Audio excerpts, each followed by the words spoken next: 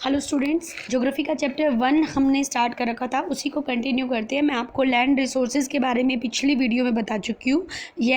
और उसके बाद मैंने आपको लैंड यूटिलाइजेशन के बारे में भी बताया था, ठीक है, कि फॉरेस्ट कितने हैं, कल्टीवेटिंग लैंड के कहाँ कहाँ पे है, कितनी है, फैलो लैंड कैसी होती है, नेट सोन एरिया कितना है हमारा, ठीक है। अब हम उसी को आगे आप ये कह सकते हो कि ग्राफ के मीडियम से मैं आपको बताना चाह रही हूँ, ठीक है।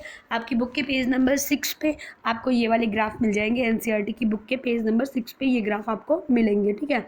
अब आता है कि इंडिया के पास टोटल ज्योग्राफिकल एरिया कितना है। तो अगर हम पूरे इंडिया के ज्योग्राफिकल एरिया को स्क्वायर किलोमीटर में नापते हैं तो वो 3.28 मिलियन स्क्वायर किलोमीटर एरिया पड़ता है, ठीक है। अब होता क्या है कि हमारे पास जो आपको ये सर्वे दिख रहा है, ये डाटा दिख रहा है कलेक्ट कर रखा कि कितने में आपके में फॉरेस्ट हैं, कितने में बैरन लैंड है, कितने में आपके में ये कह सकते हो कि क्रॉप होती है। तो ये जो हमारे पास डाटा है ये सिर्फ 93% का है। कितने का है? 93% का, ठीक है। इसके बाद का डाटा हमारे पास नहीं है, क्योंकि 7% ऐसा एरिया है जो हमारे बॉर्डर्स से लगता है। Border in the sense northern eastern जो है, आसाम वाली साइड में देख लो, या जम्मू कश्मीर में देख लो, या पाकिस्तान से लगता हुआ एरिया देख लो, या चाइना से लगता हुआ हमारा बॉर्डर देख लो। उस 7% एरिया वो है जो बॉर्डर एरिया में, और जिसका हमें कोई आइडिया नहीं है कि वहाँ पे कौन सी क्रॉप उगती है, या वो हमारा है भी या नहीं है, वो डिस्प्यूटेड आप कह सकते हो। तो 93% का हमारे पास ये रिकॉर्ड है कि किस एरिया में क्या होता है, लेकिन जो 7% है उसका हमारे पास कोई रिकॉर्ड नहीं है, ठीक है। अब आगे हम कर रहे हैं, इसको 93 को ही 100 मानते हुए चलते हैं और हम करते हैं, ठीक है। अब ये जो सर्वे है ये 1960 से 61 का सर्वे जो लैंड का सर्वे होता है, और ये 2014 और 15 दो तरह के डाटा हमारे पास है, ठीक है। अब इन डाटा के बीच में हम कंपैरिजन करते हैं कि किस टाइम में लैंड ज़्यादा फॉरेस्ट ज़्यादा थे, किस टाइम में बैरन लैंड ज़्यादा थी, किस टाइम में करंट फैलो ज़्यादा थी लैंड, किस टाइम में नेट सोन एरिया ज़्यादा था, ठीक है। चलिए स्टार्ट करते हैं। सबसे पहले हम कह रहे हैं फॉरेस्ट के बारे में, ठीक है। अब अगर हम कहते हैं कि फॉरेस्ट कितने हैं, तो फॉरेस्ट आपको यहाँ दिखाई दे जाएगा कि फॉरेस्ट सबसे पहले ये देखिए 1960 और 61 में फॉरेस्ट 18.11 थे, और 15 तक आते आते फॉरेस्ट 23.3% हो गई। यानी कि फॉरेस्ट में थोड़ी सी बढ़ोतरी की गई। जंगल हमारे थोड़े से 1960 के मुकाबले अगर 2014 में देखते हैं तो जंगल हमारे बड़े हैं, ठीक है। सेकंड जो आता है वो बैरन और कल्टिवेटेड लैंड, वेस्ट लैंड है, यानी जो ख़राब ज़मीन थी, जो बंजर पड़ी हुई थी, वो उस टाइम में यानी 60 में बहुत ज़्यादा थी, 18.11 थी। लेकिन अगर अब देख रहे हैं 2015 के नियर अबाउट देख रहे हैं तो वो सिर्फ 5.5% रह गई। यानी कि इरीगेशन वगैरह, एग्रीकल्चर की ज़्यादा फैसिलिटी दे के, उसमें पेस्टिसाइड्स डाल के, उसकी फर्टिलिटी बढ़ाकर हमने जो बैरन लैंड थी उसको धीरे धीरे कम कर कर मतलब यूज़फुल बना लिया है, ठीक है। उसके बाद जो तीसरा हमारा आ रहा है वो है area under non agriculture uses. Area ऐसा जो एग्रीकल्चर के यूज़ में नहीं आ रहा है, जैसे जिसमें ट्रांसपोर्ट बना दिए गए, रोड बना दिए गए, एयरपोर्ट बना दिए गए, फ्लाईओवर्स बना दिए गए, वो वाली ज़मीन। वो पहले कितनी थी? 4.95% थी, और अब कितनी है? 8.7। यानी कि ट्रांसपोर्ट वगैरह, फ्लाईओवर वगैरह, इनका जो कंस्ट्रक्शन है वो ज़्यादा हो रहा है आज के टाइम में, पहले इतना नहीं होता था। हमने यहाँ पे ज़मीन ज़्यादा यूज़ की है, ठीक है। उसके बाद आता है परमानेंट पेस्चर और ग्रेजिंग लैंड। परमानेंट पेस्चर आप किसको कहेंगे? परमानेंट पेस्चर मतलब घास के बहुत बड़े बड़े मैदान, जहाँ पे खुले में ओपन एरिया में जो है अपने कैटल्स जो हैं वो चरते रहते हैं, उनके बड़े बड़े घास के मैदान होते हैं, ठीक है। वो एरिया एग्रीकल्चर के लिए बहुत अच्छा हो सकता है, लेकिन वो बहुत बड़ा एरिया है। वो 4.71% कब था? 1960 में, और अब कितना है? वो थोड़ा सा कम हुआ है, 3.3% रह गया है। यानी कि अब जो है थोड़ा पेस्चर एरिया या ग्रेजिंग एरिया है वो थोड़ा सा कम हो गया, ठीक है।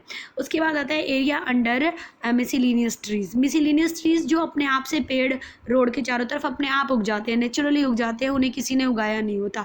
वो मिसिलीनियस ट्रीज़ का जो एरिया है या क्रॉप्स का एरिया है वो पहले 1.50 परसेंट था और अब वो कितना हो गया है, अब वो ओनली 1% रह गया, यानी थोड़ा सा कम हो गया है वो मिसलिनियस ट्रीज़ का, उसको भी लोगों ने अपने कहीं पे यूज़ कर लिया है, ठीक है।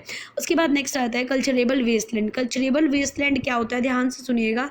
वो पहले था 6.2% और अब वो 4% रह गया है। कल्चरेबल वेस्ट वो होता है जहाँ पे 5 साल से ज़्यादा टाइम हो गया और किसी ने वहाँ पे फिर से कल्टीवेशन नहीं की। 5 साल से ज़्यादा टाइम हो जाता है तो कल्चरेबल वेस्टलैंड कहा जाता है, और पहले वो ज़्यादा था, 2015-14 में वो कम हो गया है, ठीक है। अब 4% ही रह गया है, लेकिन 5 साल से ज़्यादा टाइम हो जाना चाहिए जहाँ पे एग्रीकल्चर नहीं हो, वो कल्चरली वेस्टलैंड कहा जाता है, ठीक है। अब आता है जो है फैलो अदर देन करंट फैलो। फैलो अदर देन करंट फैलो मतलब, यहाँ ध्यान से देखिएगा, कल्चरेबल वेस्टलैंड वो थे जहाँ 5 साल से ज़्यादा टाइम हो गया था। फैलो अदर देन करंट फैलो मतलब 1 से 5 साल के बीच का एरिया, टाइम पीरियड, उसमें अगर खेती नहीं हुई है वहाँ पे, तो आप कह सकते हो कि वो कैसा है, वो फैलो अदर देन करंट फैलो है, ठीक है। वो पहले 3.50 था, अब 3.6 से थोड़ा सा बढ़ गया है, ठीक है। अच्छा, उसके बाद आता है करंट फैलो। करंट फैलो में आप कह सकते हो वो जो अभी अभी, पहले तक तो वहाँ पे कल्टीवेशन होती थी लेकिन अभी रिसेंटली कल्टीवेशन होनी बंद हो गई है, यानी 1 से भी कम टाइम हुआ है, -1, या तो 1 ईयर हुआ है या 1 ईयर से भी कम टाइम हुआ है। वो पहले 3.73 था, अब 4.9 हुआ है, यानी पिछले, अगर हम 14-15 का आंकड़ा ले रहे तो पिछले 1 साल में यहाँ पे बहुत सारी ऐसी ज़मीन आई है जिसमें कल्टीवेशन करनी लोगों ने छोड़ दी है। और जो लास्ट का आ रहा है net sown area. Sown area मतलब जो उगाया हुआ है, ठीक है। नेट सोन एरिया जो, जिसको आप कह सकते हो कि जिसमें एक टाइम में एक ही फसल उगती है, उसे नेट सोन एरिया कहते हैं। पूरे साल में एक ही फसल उगानी, नेट सोन एरिया, और पूरे साल में 2 या 3 क्रॉप्स उगानी, उसे बोलेंगे आप बोल देते हो कि उसको बोल देते हैं, हम लोग, हमने कल किया था कि ग्रॉस क्रॉप्ड एरिया, जिसमें एक साल में 2 या 2 से ज़्यादा क्रॉप अगर हो जाते हैं तो वो ग्रॉस क्रॉप्ड एरिया हो जाता है। लेकिन हमने नेट सोन एरिया देखा है जिसमें एक साल में एक ही क्रॉप उगती है, वो 1960 में 46.26 था, लेकिन अब थोड़ा सा एरिया कम हो गया और 45.5% रह गया, ठीक है। थोड़ा कन्फ्यूज़न आपको इसमें हो सकता है, फैलो में, करंट फैलो में और कल्चरेबल में, ठीक है। अब कल्चरेबल वो होता है जहाँ पे 5 साल से ज़्यादा टाइम से कोई भी, फिर से एक बार बता देती हूँ, कल्चरेबल क्या होता है। कल्चरेबल वो होता है जहाँ 5 साल से ज़्यादा टाइम हो गया है लेकिन कोई कल्टीवेशन नहीं हुई। फैलो अदर देन करंट फैलो वो होता है जहाँ 1 से 5 साल के बीच का टाइम पीरियड हुआ है और कोई कल्टीवेशन नहीं हुई। करंट फैलो वो होता है जहाँ अभी 1 साल या उससे कम का टाइम हुआ है और वहाँ कोई कल्टीवेशन नहीं हुई। और नेट सोन एरिया वो होता है जहाँ पूरे साल में एक ही बार एक ही क्रॉप उगाई जाती है, जबकि अपने यहाँ हम 3 तरह की क्रॉप उगाते हैं, खरीफ की, रबी की और जियाद की भी उगा लेते हैं। अगर तीनों क्रॉप उग जाती हैं किसी जगह पे तो वो नेट सोन एरिया नहीं रहता, बल्कि वो ग्रॉस क्रॉप्ड एरिया रह जाता है कि बहुत सारी क्रॉप्स वहाँ पे उगी है, ठीक है। अब ये हमारा जो मैंने आपको फिगर समझाया, ये आप पेज नंबर 6 पे आपको मिल जाएगा एनसीईआरटी की बुक में, ठीक है। इसके बाद अब हमारा जो नेक्स्ट टॉपिक होने वाला है वो लैंड डिग्रेडेशन और कंजर्वेशन के मेजरमेंट पे होने वाला है, ओके। इसे ध्यान से पढ़िएगा।